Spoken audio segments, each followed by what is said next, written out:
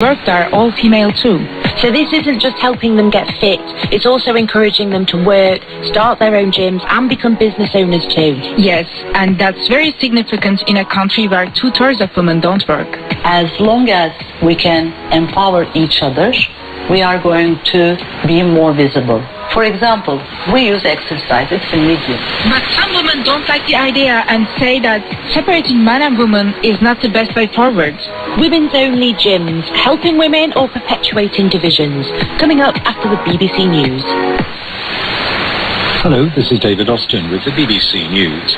President Trump has urged European countries to accept and put on trial more than 800 members of the Islamic State group who were captured in Syria.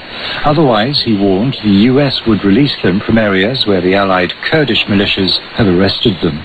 Mark Lowen reports. The president took to Twitter to say the caliphate was ready to fall and that America was pulling back after 100% caliphate victory, but shifted the focus to more than 800 IS fighters whom he urged Western allies to take back.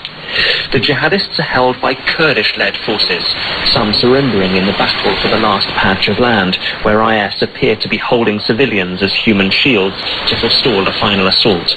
There has been a limited repatriation by some European governments of nationals who joined IS.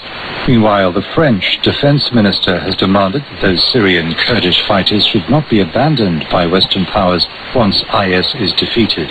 Sebastian Usher reports. Several hundred IS fighters are holed up in the village of Barguz by the Iraqi border. The offensive has been slowed over concern for civilians still held by IS. But the French Defense Minister, Florence Parly, has also expressed concern about the future of the Syrian Kurdish fighters once the battle is over. She says that Western powers like France have an obligation to the Kurds to ensure they don't become the latest victims of the Syrian war. The US forces that have backed them are due to be withdrawn, potentially leaving the Kurdish fighters unprotected against the threat from Turkey, which views them as terrorists. The Iranian foreign minister has said Israel and the United States are guilty of violations of international law that have made war in the Middle East more likely. Speaking at the Munich Security Conference, Mohammad Javad Zarif criticized Israel's recent airstrikes against Iranian targets in Syria. Jonathan Marcus reports. The United States said Mr. Zarif was driven by a pathological obsession with Iran. He described US policy as the single biggest source of destabilization in the region.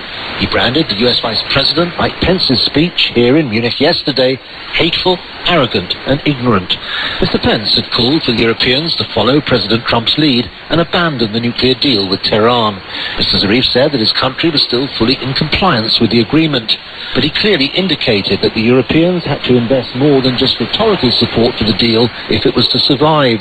The lawyer for the family of the British woman who ran away to Syria as a schoolgirl says Shamima Begum has given birth in a refugee camp.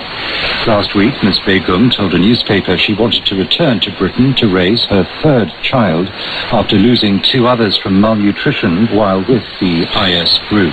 Her family wants her back, but there's been criticism of her lack of remorse in joining IS. Full of news from the BBC. Crown Prince Mohammed bin Salman of Saudi Arabia is due to arrive in Pakistan at the start of an Asian tour that will also take him to India and China. Pakistan is a historic ally and relies on Saudi Arabia for billions of dollars in loans and investment. His investment comes at a time of heightened tension between Pakistan and India following a suicide bombing in Kashmir that killed more than 40 Indian troops. International observers have jointly appealed to Nigerians to back the democratic process after the Electoral Commission made a last-minute decision to postpone the presidential and parliamentary elections scheduled for Saturday. Mayeni Jones reports. The European and African Unions, as well as other foreign observer missions, released a joint statement encouraging Nigerians to remain supportive of the electoral process. They also asked the Independent National Electoral Commission to keep the public updated about their preparations for the election, now scheduled for the 23rd of February. 2 American-based non-profits also observing the elections were more critical. The International Republican Institute and the National Democratic Institute said INEC had underestimated the challenge